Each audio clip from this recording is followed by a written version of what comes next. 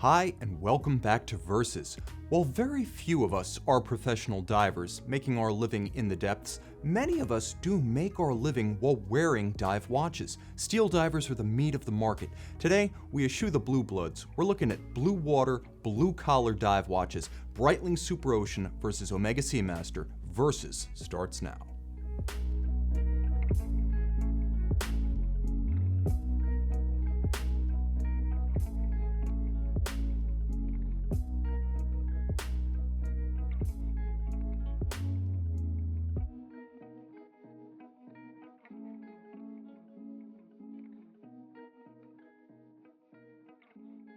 "1993 brought the world a new Omega Seamaster shape, size, and dial design. It was new in every way. Periodic mechanical and aesthetic upgrades followed, including major revisions in 2006 and 2012. The last represents today's model, produced between 2012 and 2017. The basic layout of the watch face, bezel, and 41mm case, as well as the bracelet, represent the longest-running continuous design in the history of Omega divers dating back to 1957. In other words, this SMP Diver 300 is the only Seamaster series that can lay claim to the same immunity to obsolescence that has bestowed immortality on the Rolex Sub and Omega's own Speedmaster Professional. The Diver 300 is a modern classic. A slim case profile with narrow sheer flanks and tapered bevels blends Omega's established sports watch design themes with a contrasting metal finish to further break the visual bulk. Unlike virtually all other serious rotating bezel divers, including Omega's own, the Diver 300 exudes elegance and refinement. Deft proportioning and graceful lines grant this family easy compatibility with formal attire, and that effortless grace underpinned the single most successful watch marketing campaign of the 1990s, Mr. Bond. Did you seriously think that the Patek shtick with the dad and the kid made more money than this juggernaut? Hell no. You know darn well that you were dreaming about this Omega while fragging your friends on Nintendo 64 with today's hero on your 64-bit wrist.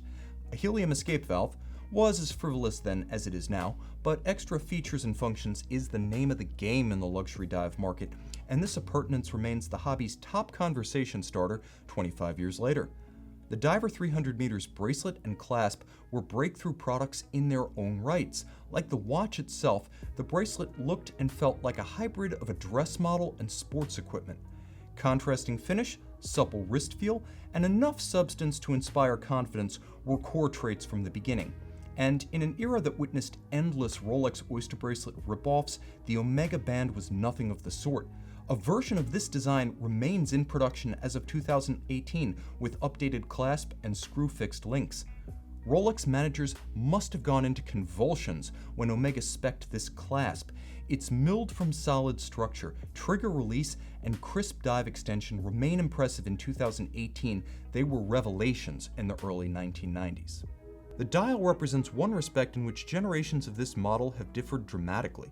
The 2012 to 2017 model featured today is the only one of the regular series that abandoned the 1993 to 2011 Omega Wave dial. That same wave motif has returned for 2018, so today's flat lacquer is the outlier of the series.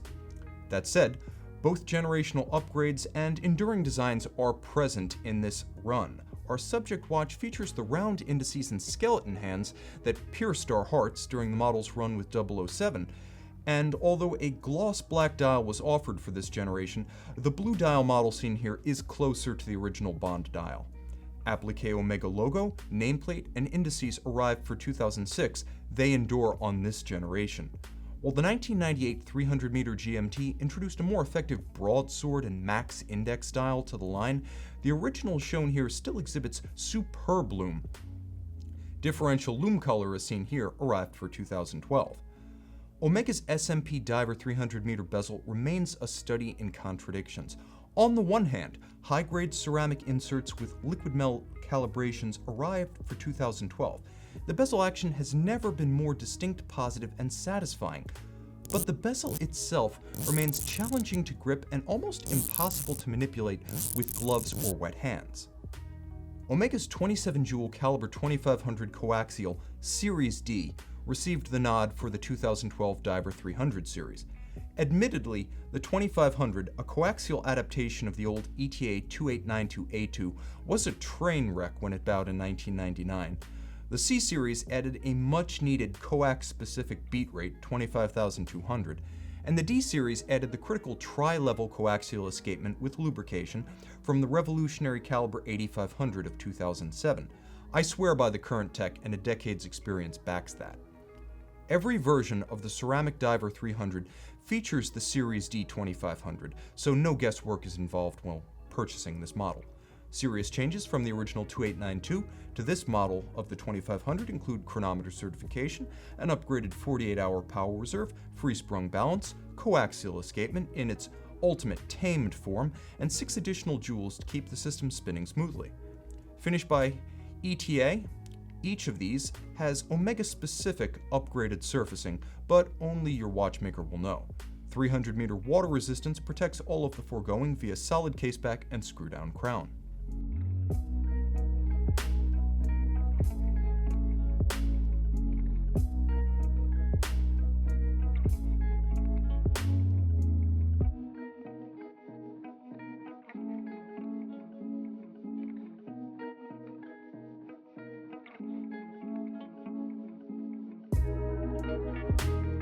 Breitling's current generation of SuperOcean II bowed at Baselworld 2015. Today's watch is part of that series and remains current production in Grenshen's dive lineup. Breitling has built a reputation for oversized and bombastic designs, so it's almost shocking to encounter a Breitling like the SuperOcean II. Not only is the 42mm case almost dead even with the 41mm Omega in most dimensions, but there's none of the high-polished acreage that renders most Breitling sports watches too glitter and glam for their own good. The Super 242 is all of satin steel, only 13.4mm thick, and sits squarely even on a narrow wrist. A 40mm current-gen Rolex Sub could sit on the same lot of real estate on your wrist consumed by this Breitling diver. Case lines are simple, understated, and flow with the horizontal satin grain of the finish. Incredibly, the only high polish on this Breitling is unseen on the caseback. The crown guard profiles feature a distinctive downswept facing, and that's among the precious few flourishes to be found on the stolid steel canister. German-Swiss watchmaking has a distinct character, and despite moving to Grenshen decades ago, and that is the home of ETA, Breitling never seemed to express any Teutonic traits. This SuperOcean II, in comparison, feels like it could have been made by IWC. Breitling employs its Professional 3 bracelet in satin steel to match the case. As with all Pro 3 bands, the flanking links are smaller than the centers, and the lines are diagonal slashes. Comfort is excellent, and removable links are fixed by screws. The stamped clasp and clamshell, however, feel 20 years outdated, and the clasp lacks a dive extension.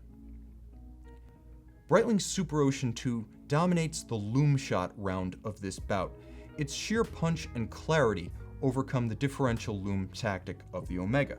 That said, the matte dial with military-style full Arabics in 12 and 24-hour scales seems a bit busy in this case size. Applied Breitling wings aside, the dial is printed in its entirety. White on black contrast is good, but the profusion of characters and size of smaller markings will challenge even fighter pilot eyes. A sloped Rayhaut outboard adds some depth to the dial, and the polished hands offer an upscale flourish.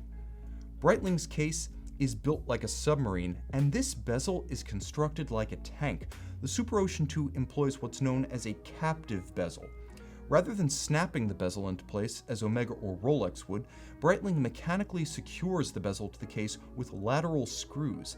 Zinn uses the same approach, but Breitling rarely gets the credit Zinn does for the same system. A rubber insert with polished metal figures in relief has proved to be robust. I've seen these from up to a decade prior, and not a single example has delaminated, degraded, or faded. Knurling grip on the outer bezel is effortless for gloved, wet, or sweaty fingers. Ratchet feel and sound are satisfactory. In Breitling speak, caliber 17 means an ETA 2824 in COSC chronometer spec. Don't scoff. In the hands of a master, this caliber has won modern chronometry tests, and a master reguleur can put the Breitling on par with the Omega's 2500 coax. The 2892 is tough, but the 2824 is tougher still. These autos feature few refinements beyond precision, hacking, and quick-set dates. But you know that in the land of the blind, the one-eyed man cleans up. Well, in the land of the broken high horology manufacture movement, the 2824 is king. And the design is so well known that even your local stonemason could service one. Try that with a coax. Perhaps we're in the realm of academia at this point, but the 42mm SuperOcean II is secure to 500 meters. Omega Seamaster Diver 300 meter advantages. Legibility by day. This dial reads far more easily than the Breitling's chaotic mass of printing. And speaking of dials, the Omega's lacquer and appliques appear far richer than the Breitling's printed matte black visage. Technical sophistication. The D-Series 2500 offers precision, power reserve, and innovation to top the Breitling's 2824. A bezel that looks and feels superior. The ceramic insert and superb detent shine even though you'll need to grip it like a vice to turn the thing. The Omega style has stood the test of time. Revised only mildly since 1993, this design now qualifies as a classic to rival the Sub. Breitling SuperOcean II is just the latest in a series of design shuffles with no apparent core traits. Clasp King. This one's machined body, triggers, and robust dive extension embarrass the Breitling stamped unit and clamshell lock. Breitling SuperOcean II advantages. Darn close to indestructible with an overbuilt 500-meter case and bezel assembly, simple but bomb-proof bracelet, the captive bezel attachment, and a movement to match. A better bezel for diving. Unlike the Omega, you can grip and manipulate this one with slimy or gloved hands. Our Loom Champion. The Omega's differential loom can't overcome the SuperOcean's raw power. A narrow pricing advantage when purchased pre-owned. The $200 to $600 you save by purchasing a pre-owned Breitling SuperOcean II could buy an accessory strap or fund your dive day. A Breitling that's built like a Bentley without looking like one. This is the Breitling diver for the office and for sports watch traditionalists. Servicing ease. Anywhere in the world, anytime. A first-year watch school student could overhaul this thing and make it run COSC. Still available new, with a warranty, this remains a current catalog offering and its price undercuts the Gen 4 2018 SMP? My choice. Admittedly, I entered this test with a soft spot for Omega as a brand and the SMP Diver 300 meter as a model line. But the Breitling's granite-like solidity and no-nonsense tool watch ethic put a figurative 300 meters pressure on the Seamaster. This SuperOcean looks and feels like something Zinn or Damasco would build, and that's the highest praise I can lavish on a beat-worthy diving tool. But while the Breitling has just that solitary big weapon, the Big Blue Bond packs an arsenal of advantages. For all-around use, the SMP still slays.